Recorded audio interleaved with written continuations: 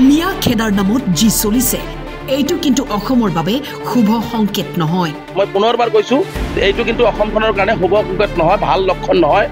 মিয়াৰ ওপৰত বীৰত্ব দেখুওৱা সকল চুকৰ ভেকুলি মন্তব্য ৰেজাউল কৰিমৰ। মুখ্যমন্ত্ৰী ডাঙৰীয়াক কৈছো যে আপুনি এনেকুৱা ধৰণৰ ভে কৰি থকা এই যিবিলাক মানুহক আপুনি নমাই দিছে, যিবিলাক বীৰত্ব দেখুৱাইছে দুৰ্বল শ্ৰেণীৰ ওপৰত, এইবিলাক বীৰত্ব দেখুওৱা বীৰ নহয়, চুকৰ ভেকুলী এইবিলাক। সেই চুকৰ ভেকুলীবিলাকক নমাই অসমখন অশান্ত নকৰিব। তেনেহ'লে আমিও কিছু সিদ্ধান্ত ল'বলৈ মই স্পষ্টকৈ কৈছো যে অত্যাচাৰৰ এটা সীমা থাকে, ধৈৰ্যৰ কিন্তু মানুহৰ এটা সীমা থাকে। ধৈৰ্যৰ সীমা চেৰাই গৈছে, কিন্তু আমিও কিন্তু কিছু সিদ্ধান্ত ল'বলৈ বাধ্য হ'ম। শিৱসাগৰত মিয়াৰ ওপৰত চলোৱা অত্যাচাৰৰ বিৰুদ্ধে সৰব আমচুৰ সভাপতি ৰেজাউল কৰিম চৰকাৰৰ তীব্ৰ প্ৰতিক্ৰিয়া। শিৱসাগৰখন কাৰো পৈতৃক সম্পত্তি নহয় যে নামনিৰ শ্ৰমিক উজনিত যাব নোৱাৰিব। অসমৰ পৰিস্থিতি অশান্ত নকৰিব।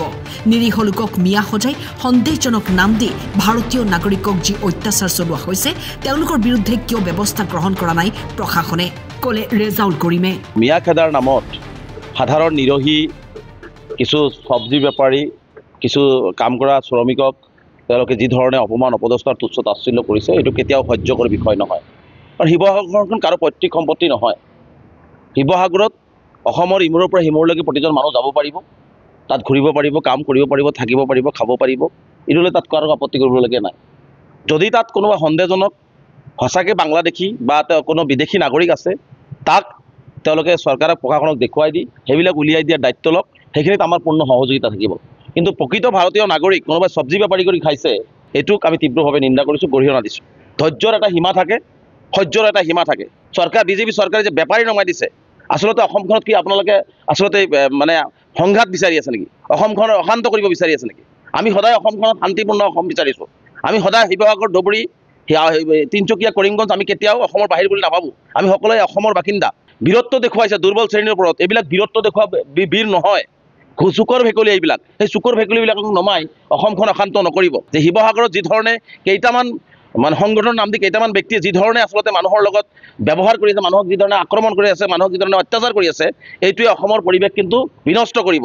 গতিকে আমি কেতিয়াও অসমৰ পৰিৱেশ বিনষ্ট হোৱাটো নিবিচাৰোঁ। আমি সকলোৱে শান্তিৰ অসম বিচাৰোঁ, মিলাপ্ৰীতিৰ অসম বিচাৰোঁ, সমন্বয়ৰ অসম বিচাৰোঁ। গতিকে তেনেকুৱা অসমৰ এই ধৰণৰ কাম কৰা ব্যক্তিসকলৰ বিৰুদ্ধে কঠোৰ ব্যৱস্থা গ্ৰহণ কৰিব লাগে। আৰু শিৱসাগৰৰ বিশেষকৈ শিৱসাগৰ জিলা আয়ুক্ত, শিৱসাগৰৰ আৰক্ষী অধীক্ষকগৰাকীয়ে আচলতে তেওঁলোকৰ ওচৰত আঁঠু লৈছে নেকি?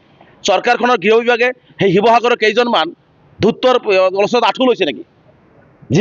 যিসকল মানুহে এটাৰ পিছত এটা এনেকুৱা ধৰণে মানুহক, নিৰহী মানুহক মিয়া নাম দি, সন্দেহজনক নাম দি, আৰু সেইসকলৰ বিৰুদ্ধে কোনো ব্যৱস্থা গ্ৰহণ কৰা হোৱা নাই। গৃহ বিভাগ নাই নেকি? যদি মুখ্যমন্ত্ৰী ডাঙৰীয়াৰ গৃহ বিভাগ বা ডিজিপি মহোদয় বা আৰক্ষীসকলে যদি কণ্ট্ৰল কৰিব পৰা নাই, তেওঁলোকে পদত্যাগ কৰক। আমি স্পষ্টভাৱে কৈছোঁ যে আমি বিচাৰিছোঁ সকলোৱে অঞ্চলত গৈ কাম কৰি খাওক, সকলোৱে সকলোৰে অঞ্চলত গৈ মানে ঘূৰি ফুৰক। এইটো আমি সকলোৱে বিচাৰোঁ, এইটো সাংবিধানিক অধিকাৰ।